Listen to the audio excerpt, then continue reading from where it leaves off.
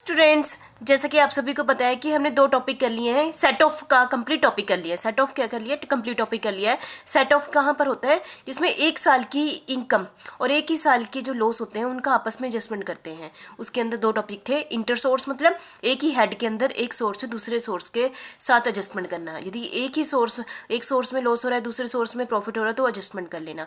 दूसरा टॉपिक हमारा क्या था? Inter head adjustment. यदि एक हेड में लॉस हो रहा है तो दूसरे हेड में जाकर उसके प्रॉफिट, दूसरे हेड में प्रॉफिट हो रहा है तो उसके साथ क्या कर लेनी है? एडजस्टमेंट कर लेनी है।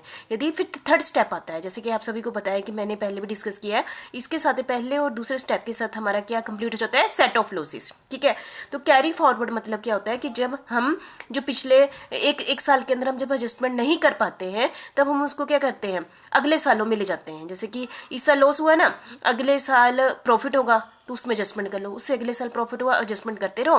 ठीक है, उसका फायदा क्या होगा? जिसमें अगले साल जब प्रॉफिट होगा उस साल का और इस साल का लॉस है तो उसमें एडजस्टमेंट करने से अगले साल क्या हो जाएगा?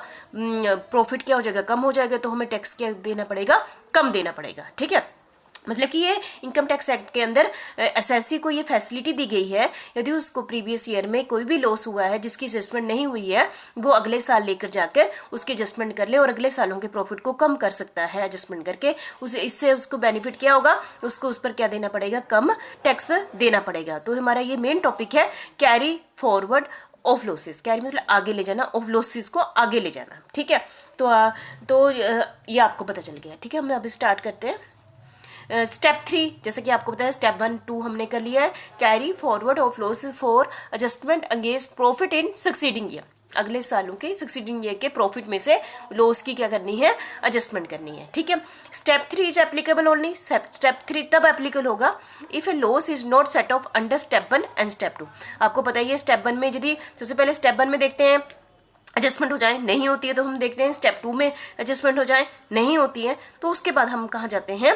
स्टेप 3 पर जाते हैं। ठीक है, such loss are allowed to be carried forward to be set off against income of subsequent assessment year. ठीक है, अगले सालों के असेसमेंट ईयर के प्रॉफिट में से उसकी क्या कर लेते हैं? हम एडजस्टमेंट कर लेते हैं। मुझे लगता है कि अब आपको डेफिनेशन तो कैरी फॉरवर्ड की समझ तो आएगी होगी, है ना। Following losses are followed to be carried forward, मतलब कि ये जो मैं आपके सामने स्क्रीन पर टाइप किए हुए हैं ये वाले लॉसेस, यदि इस हेड के अंदर क्या होते हैं? लॉसेस होते हैं, ये वाले कैरी फॉरवर्ड जाएंगे अगले सालों में जाके अपने प्रॉफिट में से क्या करेंगे? एडजस्टमेंट करेंगे। And set off against income of subsequent year, अगले सालों में जाकर उसके प्रॉफिट में से क्या कर देंगे? उसके एडजस्टमेंट कर देंगे। एक मेन बात आपको बताऊँ, जहाँ पर भी लॉस होता है ये आपने थोड़ा ध्यान रखना, जब भी लॉस होता है समझो किसी भी, उस साल तो हमने कर दिया एक हेड की एडजस्टमेंट दूसरे हेड में कर ली, जब भी आप अगले सालों में जाओगे ना, अगले सालों को एक ही कंसेप्ट है, जिस हेड के अंदर लॉस हुआ है उसी हेड के अंदर ही एडजस्टमेंट होनी है। ठीक है, ये मैं थोड़ा आपको ऐसे स्टार्टिंग पॉइंट में बता दिया। मतलब कि इसमें ये नहीं है कि अगले साल आप दूसरे हेड में चले जाएं, नहीं। यदि हाउस प्रॉपर्टी से लॉस हुआ है तो अगले सालों में आप हाउस प्रॉपर्टी से ही एडजस्टमेंट करेंगे। बिजनेस लॉस हुआ है तो बिजनेस लॉस से ही करेंगे। इसमें कोई भी दूसरा टॉपिक ही नहीं है। मतलब कि वो तीसरे स्टेप में, ठीक है, दूसरे स्टेप में होता था ना कि हम दूसरे हेड में चले जाते थे, तब पर थर्ड हेड में हम क्या करेंगे? जो अगले सालों में जो एडजस्टमेंट करनी है उसी हेड के अंदर ही करनी है। ठीक है, उसी हेड के अंदर ही करनी है। ठीक है, तो इसके अंदर मैंने आपके साथ डिस्कस करी हूँ 5 पॉइंट है जिनके लॉस है। ठीक है, अगले सालों में जाकर हम उसकी क्या कर सकते हैं? एडजस्टमेंट कर सकते हैं। तो सबसे पहले हमारा क्या आता है? House property loss. जैसे कि आपका सेकंड हेड क्या था? House property. The house property से लॉस हुआ है तो अगले सालों में प्रॉफिट हो रहा है तो उसमें एडजस्टमेंट कर सकते हैं। ये कौन से सेक्शन में है? Section 71B। ठीक है, आग हो गया आपका। Business loss non speculative business मतलब जो डेली रूटीन में हम बिजनेस चलाते हैं उससे यदि बिजनेस लॉस हो जाता है तो अगले सालों में जाकर उसकी क्या करनी है? एडजस्टमेंट करनी है। बिजनेस लॉस स्पेकुलेटिव, जैसे कि आपको पता ही है कि स्पेकुलेटिव बिजनेस के लॉस की जो भरपाई है स्पेकुलेटिव में ही करते हैं, तो अगले साल में भी ऐसे ही होगा। ठीक है, और कैपिटल लॉस शॉर्ट टर्म होते हैं, लॉन्ग टर्म होते हैं, इसको डिटेल में हम बाद में करते हैं। मतलब कि कैपिटल लॉस होगा तो ये भी अगले सालों में जाएगा। ठीक है, मतलब सेम हेड के अंदर ही होगा। ठीक है, थोड़ी और भी एडजस्टमेंट होगी वो बाद में बताते हैं।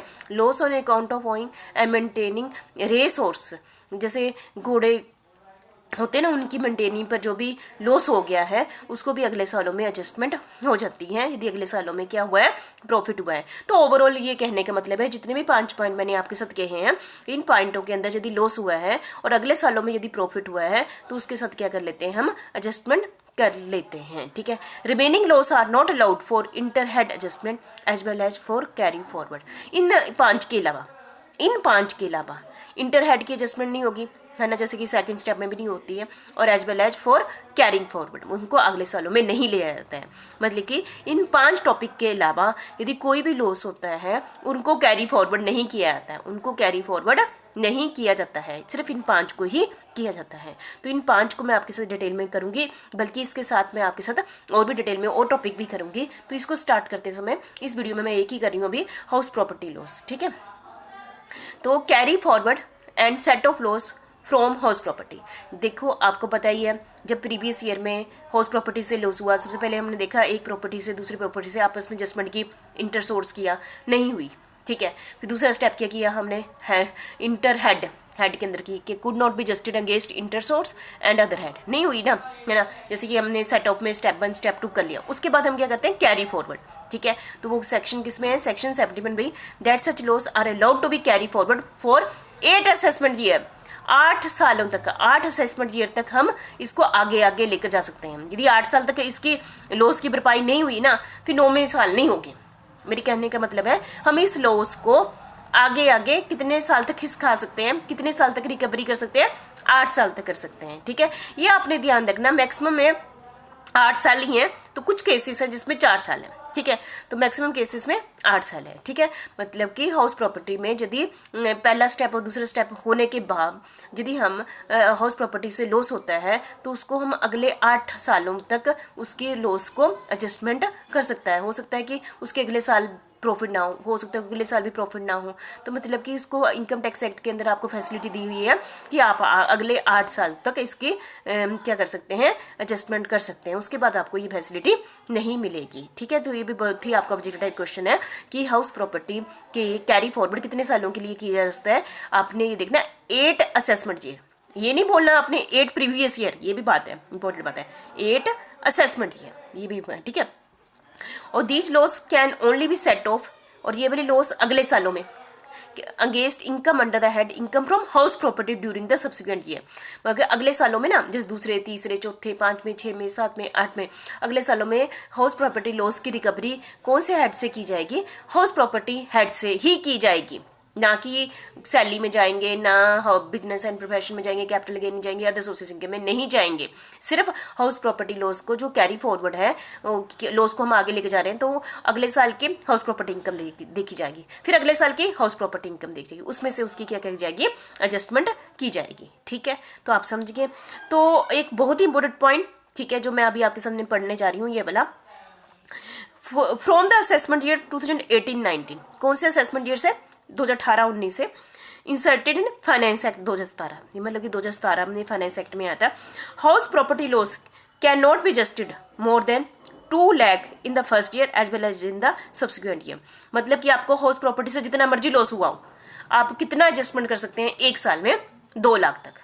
मतलब कि हो सकता है किसी पर्सन को समझो पहले साल जो जिसमें वो कैरी फॉरवर्ड ये सब कुछ कर रहा था, सेट ऑफ कर रहा था, पहला दूसरा स्टेप कर रहा था, उस साल उसको 10 लाख लॉस हो गया। ठीक है, अगले साल हाउस प्रॉपर्टी से 5 लाख प्रॉफिट हो गया, तो 5 लाख प्रॉफिट, 10 लाख और 5 लाख की एडजस्टमेंट नहीं होगी, पर आप 10 लाख लॉस में से आप सिर्फ 2 लाख की ही एडजस्टमेंट अगले साल कर सकते हैं। ठीक है, फिर आपका कितना लॉस हुआ था, 10 लाख, है ना, तो अगले साल कितना ले जाएंगे, 8 लाख बच गया, है ना, ऐसे ऐसे करके लेके जाएंगे। मतलब कि मैक्सिमम 1 साल में लॉस की एडजस्टमेंट कितनी हो सकती है, 2 लाख ही हो सकती है। तो मुझे लगता है समझ गए होंगे ना, मतलब कि 2 लाख से ज़्यादा एडजस्टमेंट नहीं होगी। ठीक है, यदि नहीं हुई ना तो उसको अगले साल ले जाओ, क्योंकि 8 साल तो पड़े ही हुए हैं ना, है ना, 8 साल पड़े ही हुए हैं। ठीक है, थैंक यू वेरी मच।